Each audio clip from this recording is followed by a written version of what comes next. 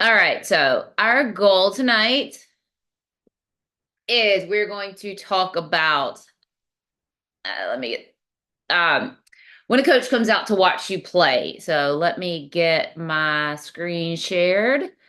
Just one second.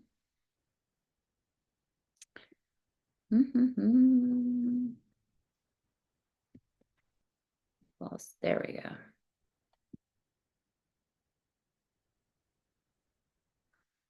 Still my options at the bottom here. Here we go. Okay. There we go. And all right. All right, got what I need here. All right, we're good to go. And you'll bear with me. I was trying to finish up this. It's been a busy couple days. I was up on site this past weekend at the NC State PKB.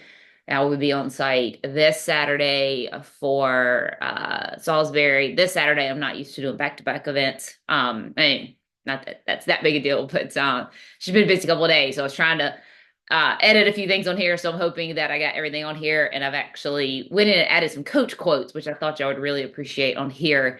So I was trying to get all those plugged in into the right places. So if there's an error on here, I was trying to get that done here at the last minute, as I've had several recent coach quotes or coach surveys filled out for me.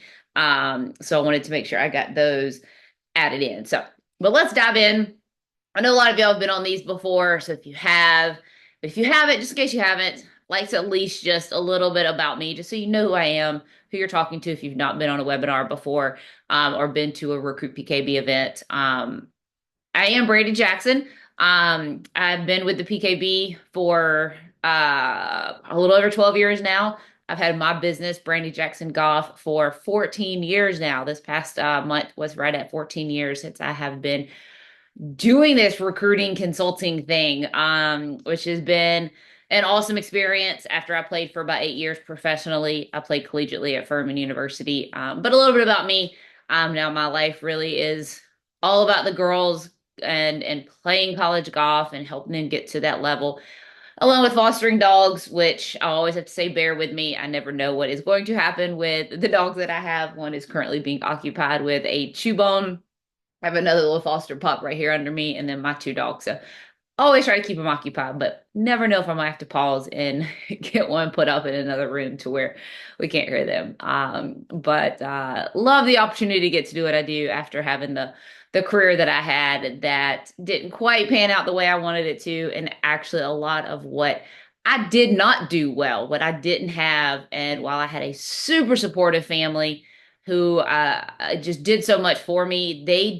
We didn't have the resources, not even, I mean, yes, financially, but just didn't know where to turn to. Or if I did, I just didn't realize how bad I needed help in so many areas and maturity and growth and the things that I needed. And I did not actually get a lot of those until I started my business, to be honest. And that's what kept me from being a even better collegiate golfer and better professional golfer was so many of these things that actually the recruiting process can really teach you, if you'll take the process on just from a growth, maturity, confidence, communication, learning to speak for yourself. So much of that you learn through this process. So let's dive in. We're gonna get started.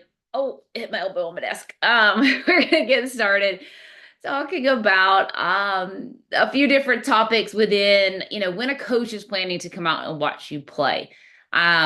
So, obviously it's the difference in whether you know the coach is coming and you're kind of planning on that, you're in communication with a coach, or whether it just happens to be that you're there and you see that the coach is out there, out of nowhere. But we're going to kind of do most of this under the assumption that you're talking to a coach and they say, hey, I'm coming out.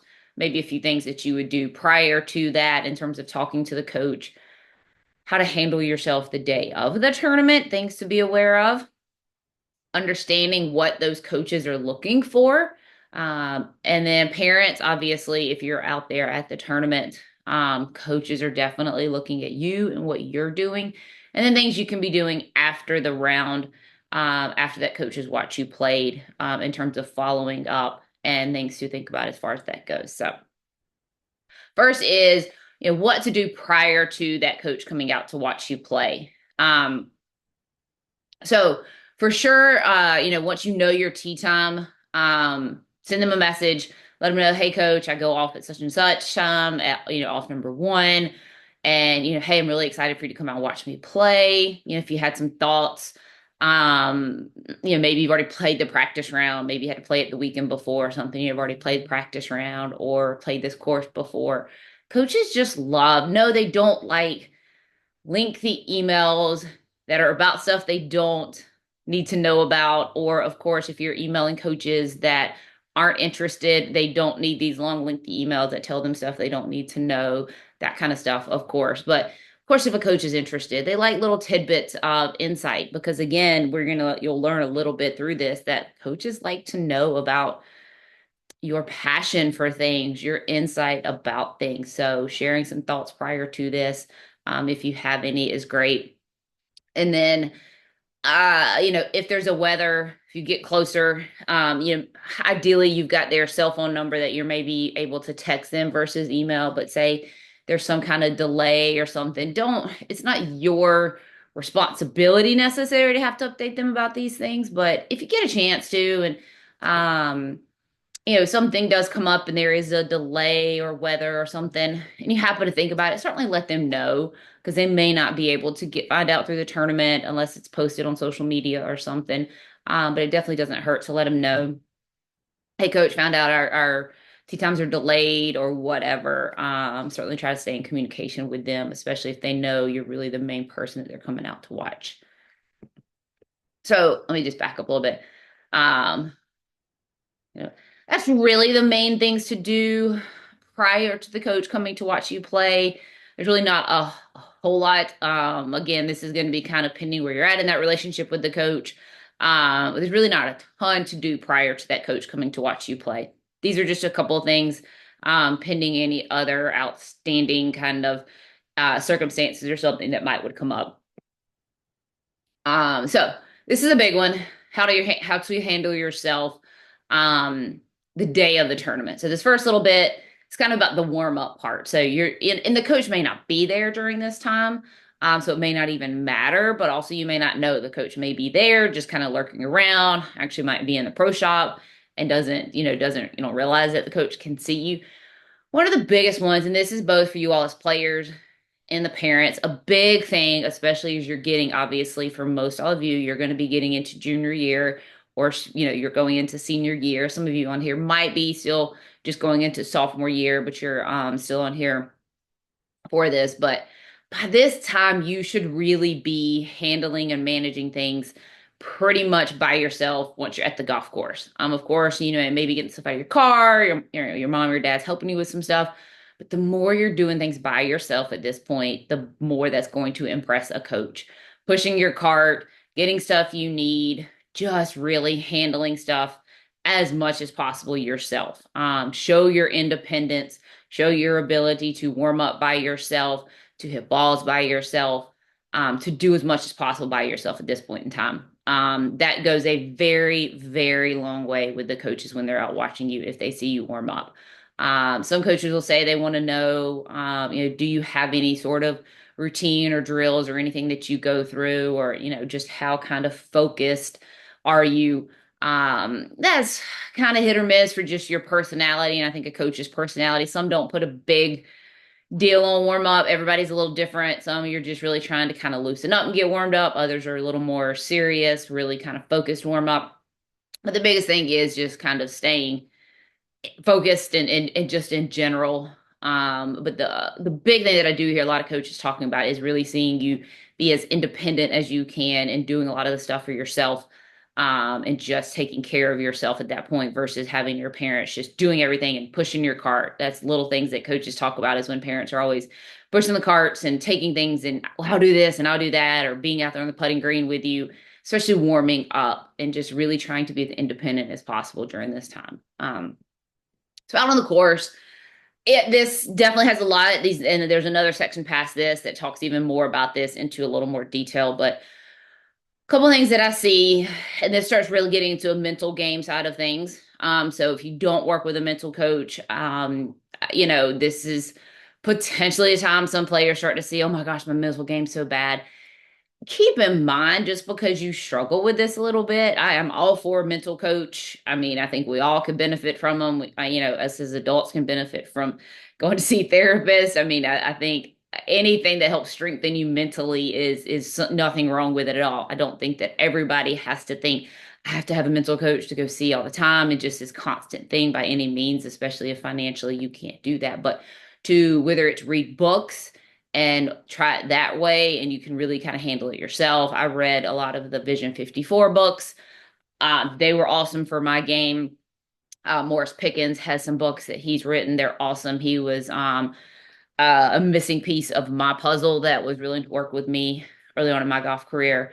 Of course, Rotella books are great, but if you're really good at maybe reading some stuff and being able to kind of implement them, either way, the mental side of things, obviously, the better you are with this, the better you'll be able to handle this. But one of the biggest ones is just definitely really learning how to stay in your routine on every shot and being able to get into that groove of things so that you're not so caught up in the coach and what the coach is thinking, and oh my gosh, I just hit that bad, and now the coach doesn't want me, and I just made a bogey, and what if I make another one, and what if, I mean, in your mind, and I know you all as parents are like probably cannot fathom how much our brains, as when I was that age as a teenager, and especially the dads out there, really can't understand a female brain as is, but a female brain as a teenager with emotions that you can't control and a brain that even hasn't matured yet under this amount of stress, and what thoughts can go through your brain during that time period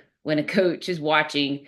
It's unimaginable how much your head can just like create all of this. So trying to, at least during that time period that you're hitting your shots, getting to your routine and have a routine that is, the Vision 54 is all about think box, play box. Everybody's got a little different one, but learning how to create a routine, 100% commitment to your target, have a post shot routine as well, that whatever happens, you let it go. If you can really create that, it at least helps a little bit to take some of that away when you're at least hitting your shot. It's definitely easier said than done for sure, but trying to create that a little bit. One big thing that I know a lot of people stress about is a coach may say, yeah, I'm going to come out and watch you play 9 holes. They may only come watch you play a few holes and then they may leave. And you're like, oh my gosh, that coach left. They don't like me. I didn't play good enough. What did I do wrong? I made a couple bogeys. That's it. They don't want me. It's over. I cannot tell you how many times coaches end up doing things for things that make no sense. Coaches will tell you they're come out to watch you play, and then they won't even come watch because something came up. They've got kids. They were maybe trying to come watch you play. They just changed their mind. They're coming, like, so many things that coaches just sometimes just don't even show up at all. Or they do come and then they get there and they realize, oh, well, this other kid's playing. I'm gonna try to hop over and watch her too. And she's just like right over here on this next hole. So like I'm gonna try to catch her too. Um, so well, there's maybe some little back end indication, yeah, but like sometimes coaches, oh, I'm gonna try to watch you for 9 holes. That little I'm gonna try probably means that they may only watch you for a few holes and they're gonna try to catch somebody else for a few holes and then they're ready to go. They've got something they want to do that night. They want to get back home for it. These coaches, when we say they don't have an off season, don't have a lot of off time, like they really mean it. So maybe they're going to try to do it and try to get out of there and get back home. So just keep that in mind. Don't overthink if a coach doesn't only watches for a few holes and leaves, even if they said they were planning to watch more. Definitely don't overthink that. You really have no idea why things happen. Don't get it in your head because you're, especially to do all that and then have it like um just create it, have it make you start playing bad. You're going to regret it for sure. But another one, and this is what we'll get into, is attitude. If you can always take yourself back into remembering that attitude, body language can win a coach over more than your golf game, and you can get this in your head so many times, that can help you get your game back on track if it starts to get a little off and a coach is watching you. Just continue to remind yourself, my attitude and my body language can win them over. My attitude and my body language can win them over, because it really, truly can. And if you can just learn to focus on that, and for the one time out of all of your golf, try to realize that, like, If I can just impress them with that, then maybe I can get some brownie points. And you'd be surprised how many times that actually will then change your golf game too, because attitude and body language will in fact change your golf game. But if you can just convince yourself, okay, golf game is just not here today. If I can just keep a good attitude, body language, head up, shoulders back, try to put a little bit of a smile on my face. You don't have to be happy and perky. You don't have to just go, coaches like a little attitude, little competitiveness. If you can just try to remind yourself of that, you'd be surprised what your golf game will do if you really can make yourself fake it as much as possible. Your golf game might actually surprisingly start to kind of come back around, and then you might be okay. So just always remember that, because it truly, truly is the case. So with that, we're going to talk a little bit about kind of what coaches really look at, with not, this isn't all just on the golf course, but some of the main areas that coaches do look at, mostly yes when they're out there. So of course, yes, coaches at the end of the day are looking at your skills for sure. Yes, I mean they have to see, they got to know that you can play the game. They do need to know, like, what are some of the skills, fundamentals. They do obviously want to know a lot. Distance is a big thing these days. How far can you hit it? That is a big thing, no doubt. Swing speed, your size, your build, those are some things that they are certainly looking at just in terms of potential with that.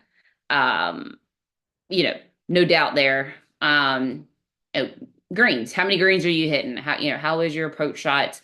Ball flight. I didn't go into all of these things, but ball flight, trajectory. There's actually a coach quote. I think it's on after this, maybe, or it's after a few of these. It talks about, can you flight the ball? Can you move the ball right, left? Can you, flight it in terms of trajectory? Those again are things that coaches look at for different levels of players. Are you able to do that? Short game technique and creativity. That's a huge thing coaches talk about. Can you hit multiple shots around the green? Can you hit different clubs around the green? Do you try to hit those shots? Are you willing to try to hit those shots? Even if you don't execute them perfectly, do you at least try them around the greens? They'd rather see you try some things around the greens and it not go as well than just hitting these same shots around the greens that are just still not really any better, and you've got no creativity, no willingness to hit different shots. Of course, putting. A lot of girls in junior golf struggle with putting no matter what.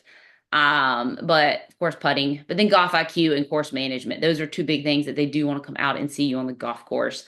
A couple of quotes talk a little bit about how do they see golf IQ and course management.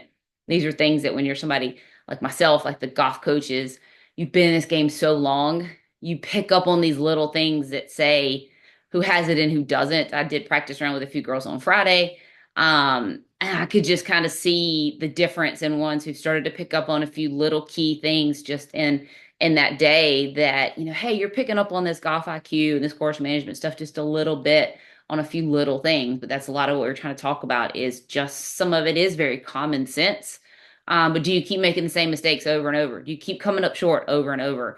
Do you miss it in the right spots around the greens when you miss it? Are you looking at things, um, um, and what are like your trouble shots? How are you getting yourself out of trouble? Just lots of different things. And yeah, you're only going to tell so much when you're just watching versus being able to talk to somebody and ask them why they're doing things. But you watch enough and you recruit enough and you see enough, you will. But again, this is also where the follow-up here that I'm going to talk about, the post-round conversation, starts to tell a coach even more, which is what they want to hear. So, all right, this is a long quote, so I'm just going to sit in silence for a minute, let y'all read this. I'm going to read it again as well, and then we'll talk about it.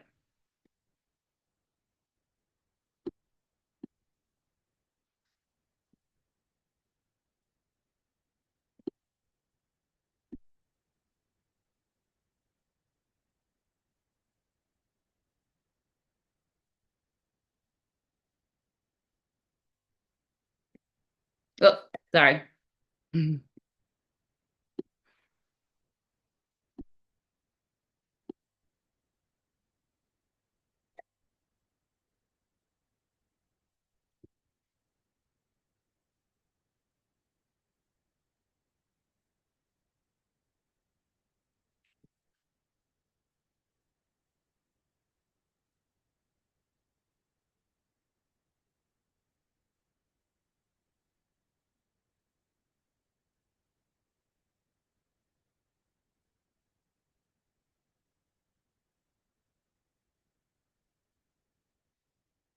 All right.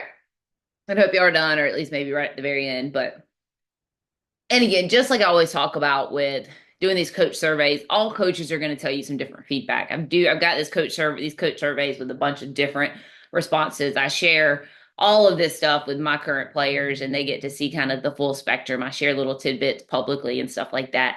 But I even have to kind of preface it with my full-time players and parents that like you still got to take a lot of this because they see it. They're going to see where like how different the coaches will say when they will say one, but this is still a really good overall perspective. And I also ask the coaches, even though I tell them you don't have to put your name in school, they do tell me were you a top D1, low D1, top D3 to kind of put in perspective that.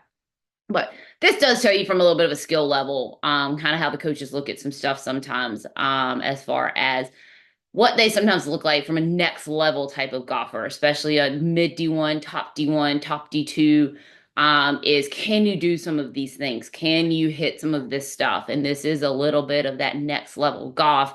But also trying to say, like, hey, you're not a professional golfer either. That, like, yeah, professional golfers can minimize the different type, the fact that they can maybe hit some of the same shots around the green with a single club. But I'm here to tell you, a lot of your pros, when you see them hit those bump and run shots around the greens, they sometimes can do it with one, maybe two clubs because we learned how to hit them without loft and do it. But we were still hitting them a lot of times with, especially on the women's side, with pitching wedges and gap wedges and not always doing them with lob wedges for sure. But we knew how to manipulate it enough to make it work.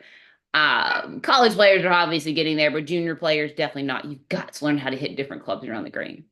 But anyways, just a really good insight from a good coach that I know on this one really knows what they were doing. So, um, there we go. All right, let's talk a little bit about attitude. This is a very simple few little words here. But there is actually another quote I think comes after this one, I think, to talk about the bounce back ability. I feel like that's a really good like bounce back ability.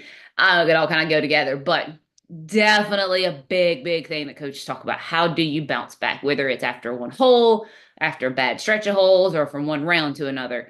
How do you bounce back? Which is also why we talk about not ever withdrawing after a bad round. Can you come back the next day? But can you bounce back after a bad hole? Um, and that's where body language comes in. If it's okay.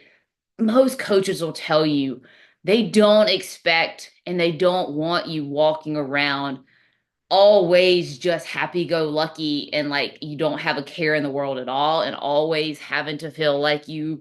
We've had some parents and players tell me that they used to get angry and they used to get upset and they've learned how like it's not that big a deal. And like I'm like, well, we don't want to go too far on the end of the spectrum, like because if you need a little bit of care and maybe a little bit of attitude and a little bit, because you need a little bit of that, because if you go too far, then you maybe start to create too much of an acceptance kind of perspective, because you got to have a little bit of grit, and coaches like to see that. There's some coaches that will be a little more acceptable to some, others maybe not. So again, there's a little threshold there with that, but some are like, yeah, I've kind of gotten to the point that like I'm okay with stuff, like nothing bothers me anymore. I keep a really good attitude. I'm always positive. Of course, the Scotty Scheffler mentalities come in where he's just always that way. But you've even seen him some lately, kind of show a little bit, but you got to be able to have a little bit. And it's just, even if you don't show it externally, got to have that competitiveness and that grit, especially if you want to play high level college golf, mid D1, top D2, even really top D3. I've been sharing a lot of these scoring averages and what it takes. Um, but your ability to have it, but then bring it right back down to even kill, being able to not let it affect you moving forward, not change your body language, change your um not change your swing. That's a big thing. That's what Vision 54 is so great on, is they get you to really work on things under pressure, things what changes about you when you're under stress and under pressure, and learning how to practice under that so that when you get under that, you start learning. Do you swing too fast? Do you do some, like some people have little twitches, little like their right knee locks up a little bit more, or little things that they do, and you start to become more aware of those things. Does something about your body language change? Do you have a tendency to do whatever? The more you're aware of these things, the more you're able to address them before you start doing it. So, but attitude, anger, getting mad, getting down, getting sad, crying, emotional, a lot of those things are things that coaches really look at for how you handle it.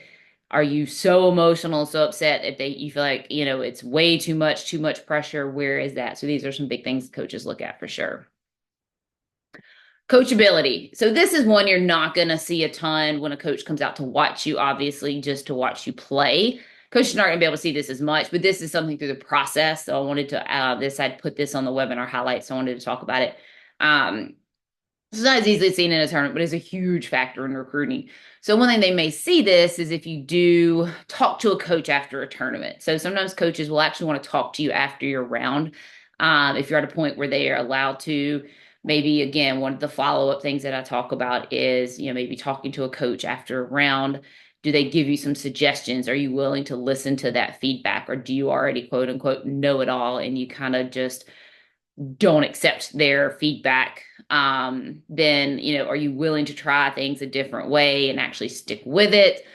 This is things they try to maybe find out from your swing coach, somebody like myself. Are you coachable? Are you accepting of feedback? Are you there's a threshold between you knowing your game and you kind of knowing yourself and you being confident in that, but also knowing that a college coach, other people who have been in the industry and have a lot more experience than you that are trying to teach you and help you grow and get better probably know a lot more than you.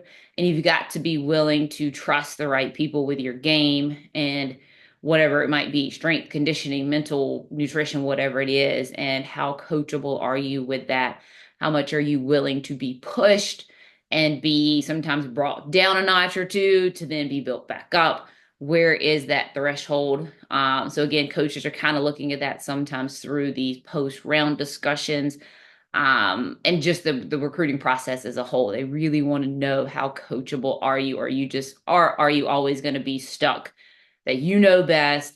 You're not willing to get through adversity. You're never going to want to have to be told differently, have to be taught lessons, have to face adversity, those kinds of things. So that is a little bit too where sometimes the rounds can kind of help them see it, is how do you handle adversity? The bounce back factor, some of those will tell them some of this. Obviously, character. They will see a lot of your character through the golf course tournament. I mean, through the tournaments. How do you treat your playing partners? How do you treat volunteers and staff? You never know when somebody who knows a coach might be watching you. And how you treat people, how you talk, how you act, the words you use, social media, all of these things can show your character so much. And this is such a big thing in the process. How do you treat the golf course and etiquette?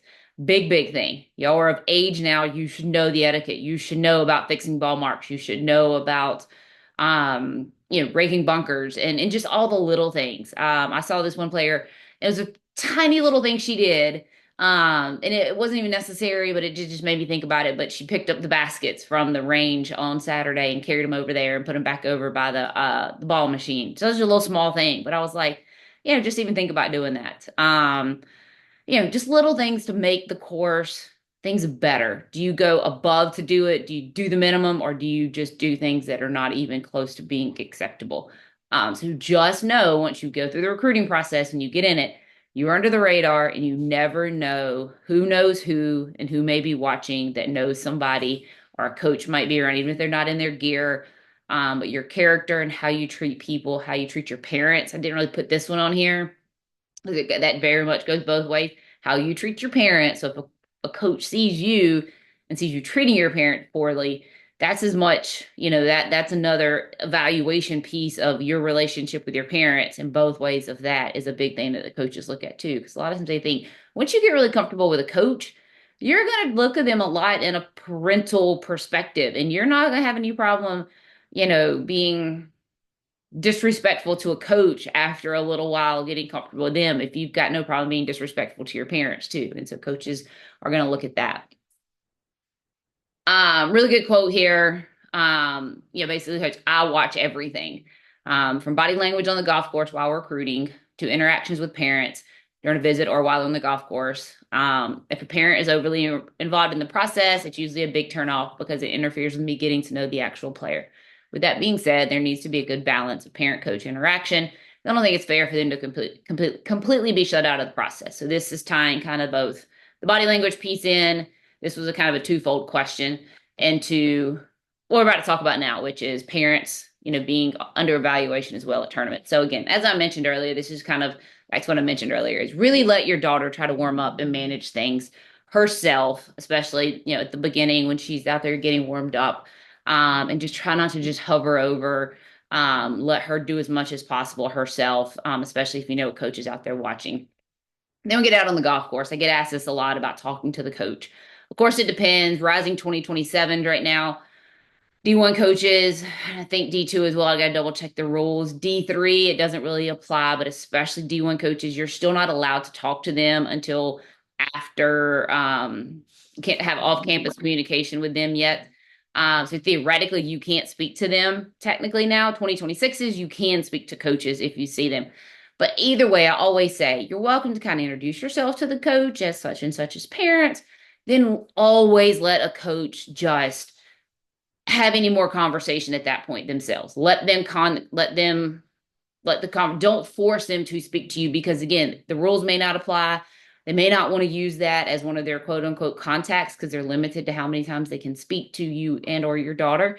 But just introduce yourself. Nice to meet you. Just wanted to say, hey. Then if they want to continue to talk, or if you're out on the golf course and they want to have a conversation, don't just keep putting them on the spot, because some coaches just don't want to talk. They want to just recruit. Now some coaches will. Some coaches will just chit chat and talk and have, whatever. And if you're standing there next to them and there's something funny or something, don't, you can speak a little, but don't just keep approaching them and putting them in a spot where they feel like they have to talk, because again, especially as 2027s, it's not technically allowed yet. It just gets tricky because yes, some coaches are bad about doing it. Some parents, again, are bad about putting coaches in the spot where they do it and they're not really supposed to. So with the way I am and in talking to coaches so much, they would rather most coaches just be kind of let them be the ones that make the decision as to whether they speak to you or not and continue the conversation. Because some just don't. And I mean, yeah, you may look at them as being rude by being that way. Some just want to focus on recruiting and not get caught up talking and watch your daughter or the other player play and really focus and do what they're doing. Or sometimes they're listening to music or something. But also as parents, keep your emotions in check out there. Again, both ways. Even like when your daughter does some really, really good things. It's great to clap and be excited. Just don't both the highs and the lows with everything. Try to keep it kind of chill. Be courteous to other players and parents. Cheer for them as well too. Be just as nice and excited about them.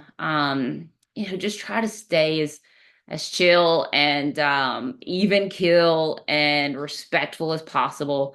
Don't definitely don't be giving your daughter advice. Just again, let her do her thing while you're out there, because yeah, parents are being watched when you're out there during tournament time as well. So just keep all that in mind. All right. What should you be doing after a coach has watched you play? As we wrap this up. So at the tournament, so if you're still at the tournament, and again, if you're like a 2026 right now, which is allowed at this point for you to talk to coaches in person. So if it's allowed and the coach is still there, obviously go over, speak to them, tell them thank you, tell them really appreciate you coming out. Thanks so much. I'm going to tie into this next part. So the two is going to kind of go together. So yeah, if it's allowed, go speak to them. And then you can talk to them about, your round. Of course, the coach probably is going to want to know about your round and the recap. So you can give them your thoughts, let them know how you felt. So some things about that. And actually the quote after this, I think, is the one that talks about this the most. When it comes to like tournament recaps, of course, coaches hate excuses. They don't ever like to hear, whether it's in person. This is why I want to kind of went ahead and put this up there, because you may be either talking to them in person, there may be like an email or a text write up, or you may email, text, and then say, hey, would love to chat with you. I really appreciate you coming out. Would love to talk to you about my round today and see what you thought about it. So you may then have a phone call. So there's kind of two and three different types of follow-ups in terms of like talking about your round.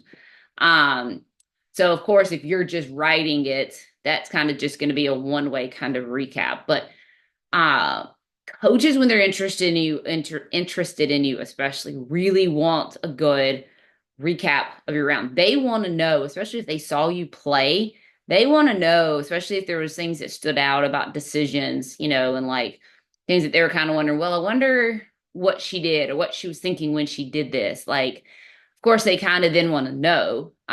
So of course, if you're having a conversation, they may could ask you specifically those things.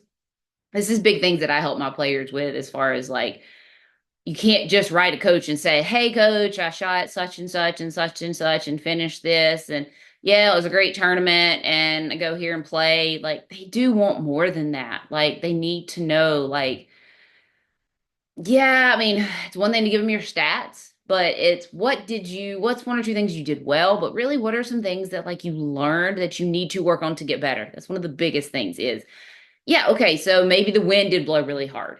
And you're not necessarily making the excuse that the wind blew hard, but it's like, hey, I learned today I've got to practice more when the wind's blowing and learn how to flight my ball better, because the wind really got to me. And, I've got to learn how to flight the ball better and how to judge the wind and how many clubs to play when the wind's blowing, and understand the speed or the miles per hour and stuff like that, because I just didn't judge the wind right.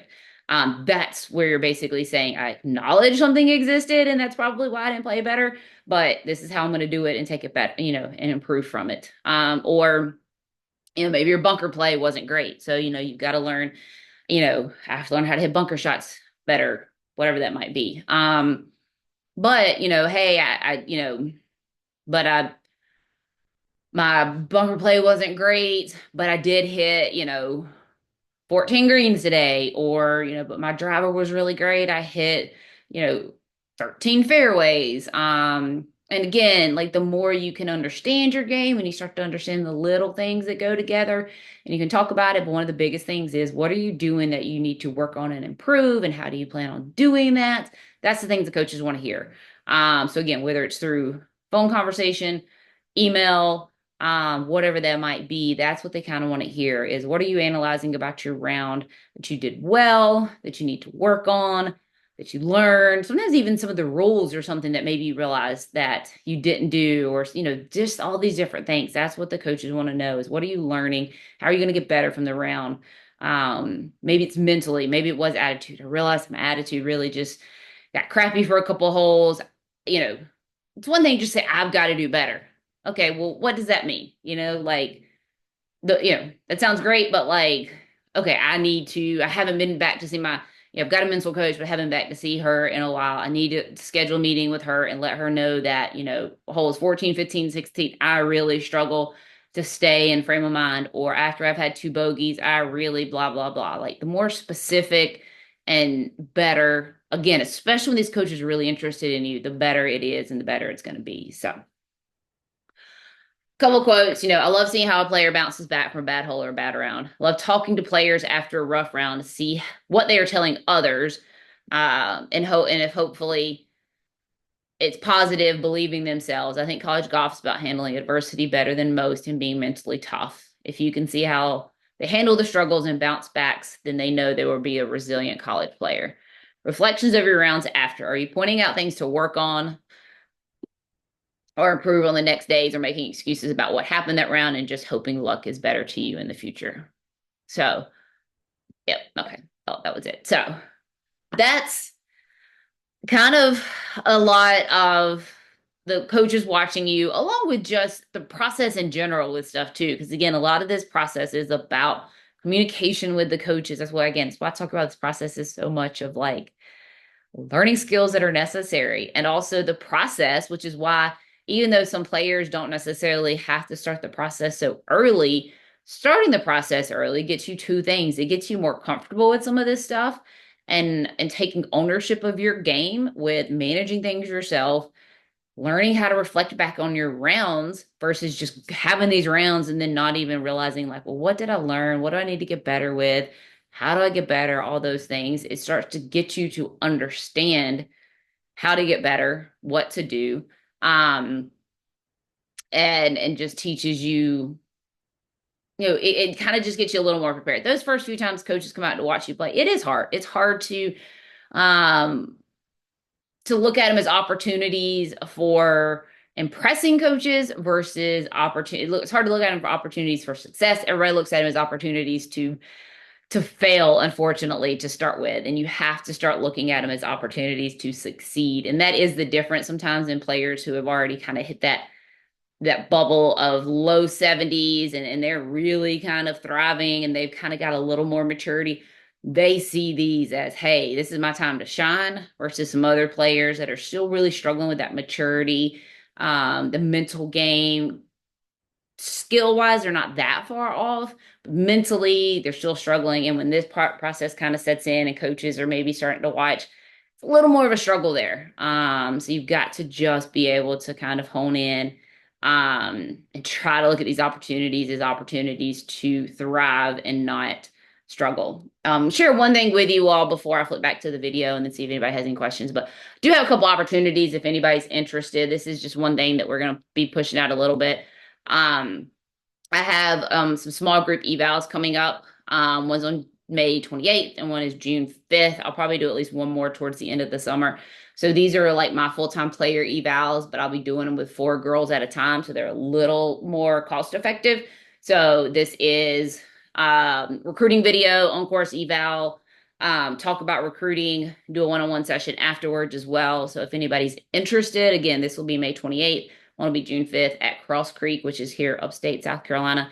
Going to try to do one in North Carolina, just not sure where and when, and then probably another one back here again towards the end of the summer. But for anybody 2027s especially, do it as a 2028, that'd be fine, but especially 2027s or 2026s who have not really started the process. So this is really especially for somebody who's not done anything at all yet, getting started.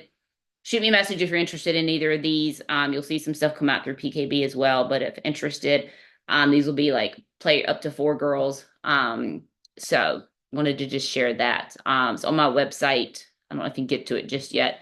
It'll be through the PKB as well. My email, I'm gonna get back to the screen. Back to me. But does anybody have any questions? I don't mind answering 1 or 2 questions really quick before we hop off. If anybody has any questions about this topic, maybe other questions while we're on here, I don't mind answering 1 or 2 before we hop off. If not, I will call it a night. And this actually, for once, this will probably be the last webinar through till the fall, because everybody's so busy during the summer. So this is going to be probably last webinar. I'll be on site a couple times, but we will probably start back webinars in probably September, maybe October. Just so much going on during the summer. Everybody's so busy, still on the golf course this time, some nights. So we will not do June, July, and August for sure webinars. Again, I'm going to be having some things like these evals, one-on-one sessions. If anybody wants to book your one-on-one intro consultation, your free one-on-one 30-minute intro call, you can shoot me a message, shoot me an email. Easy to get in touch with. We can do that. But that's just kind of such a busy next few months, and the evenings are just a whole lot tougher. So we won't do them during these 3 months, and then we'll get back to them in the fall. If anybody has any questions, anything that you need, though, shoot me a message, shoot me an email. Or if you'll be at the tournament this weekend, I will be there all day Saturday. We have coach panel that is at 10:45. Got a few really great coaches, a couple of probably about 4, maybe 5 coaches that'll be there. It'll be at Salisbury, 10:45. Then I'll be around most of the day after that. So if anybody's going to be there, come find me. Otherwise, shoot me an email if you have any questions or interested in getting started with anything. Otherwise, doesn't like we have any questions on here. So I'll let everybody go. So I And actually have a quick question. yes. So I actually I'm a 2029. Okay. So I'm like wondering when I should send out like my first emails to like the college coaches to introduce myself. Yeah. So I tell everybody, I mean, there is the thing that it's never too early, but typically, unless you are a top ranked recruit, like you're top 100 in your class, like ranking wise, or from a scoring perspective, if you're shooting kind of already under 80 as a 2029, which kind of rising freshman, and you're pretty consistently shooting in the 70s. I kind of put it in a score perspective. Like I said, you're top 100 in your class. You're one of the top ones in your state. Obviously, it kind of depends on what state you're in. Some states you could be top, and that's a whole lot different than other states. But especially if you're a higher ranked player, that tends to be on a track or a path to potentially play top D1, you definitely need to go ahead and get stuff together, have a resume, have a good video, and let coaches know who you are, because that process, even though the process doesn't begin until June 15th for everybody, there are prospect camps. There are things that top D1 coaches use to identify their top recruits as early as 9th and 10th grade. I mean, I've had a D1 coach tell me, well, it's through a friend of mine, we know the coach, that she theoretically is done with her 2027 already. Theoretically, just through players coming to camps, enough communication that even though it's not legal to talk about recruiting, they already know who they plan to have come in just through that, basically. So you can't commit, can't verbally talk about it, but you can go to college camps for not necessarily the summer camps, those are a little different, but these prospect camps. Your swing coach can talk to a college coach. I can technically talk to a college coach. You're not supposed to talk about recruiting stuff. But again, as with everything, we live in a world where there's gray areas. But if you're a higher ranked recruit, and like I said, when I put it in perspective to scores, it usually means you're pretty consistently already shooting in the 70s, especially if you were to be shooting mid to low 70s. I have a particular player that is a 2029. She is a top ranked recruit. She's 20 or 30 in her class already as a rising freshman. And yeah, I mean, she's been sending stuff out already and will likely be a top ranked recruit by the time she gets there. And you need to potentially be invited to some of the camps that the individual schools do that are prospect camps. And know that you need to let those coaches know, these are places I really want to go. This is school I really want to go to, because there's some ways to show some interest prior to June 15th that they need to know. Now, if you're not, and you're still outside of that range, it's not to say you can't do stuff. It's just not going to do you a whole lot of good, because those coaches are just not identifying a player if you're not to that point yet. You're just not within their radar yet. You're not playing well enough for them to really take notice yet until you get there. And the goal is, hopefully, if that's your goal, is to play top D1 or something like that. You just got to hope that before that process gap starts to close, you get there. Otherwise, then you just have to adjust your goals of playing mid D1 or D2 or whatever that might be, because that the process, the gap kind of starts to close in as to how quick that top D1 process ends. And then for most everybody, by junior year or by spring of sophomore year, it's still kind of top heavy for who needs to be sending stuff out. And then getting into junior year is when everybody needs to be starting to send stuff out for sure. It's a tricky timeline, because it's not just based on grad year. It's grad year plus a little bit to do with your resume as to exactly when the timing is that makes the most sense, and you're going to get the best bang for your buck in a way, and you're not going to feel like you're doing a lot for a while that doesn't get you anywhere, but yet you don't wait too long and miss some potential opportunities. Okay, thank you. You're welcome. Anybody else? All righty. Sounds like I got a anxious dog ready to get out of the crate too. So, well, again, thank you all for joining. Hopefully you got some good info. And again, if there's any way I can help out, let me know. Just reach out and we will touch base. Otherwise, I hope you all have a great night, have a great week, and I will hope to connect with some of y'all soon.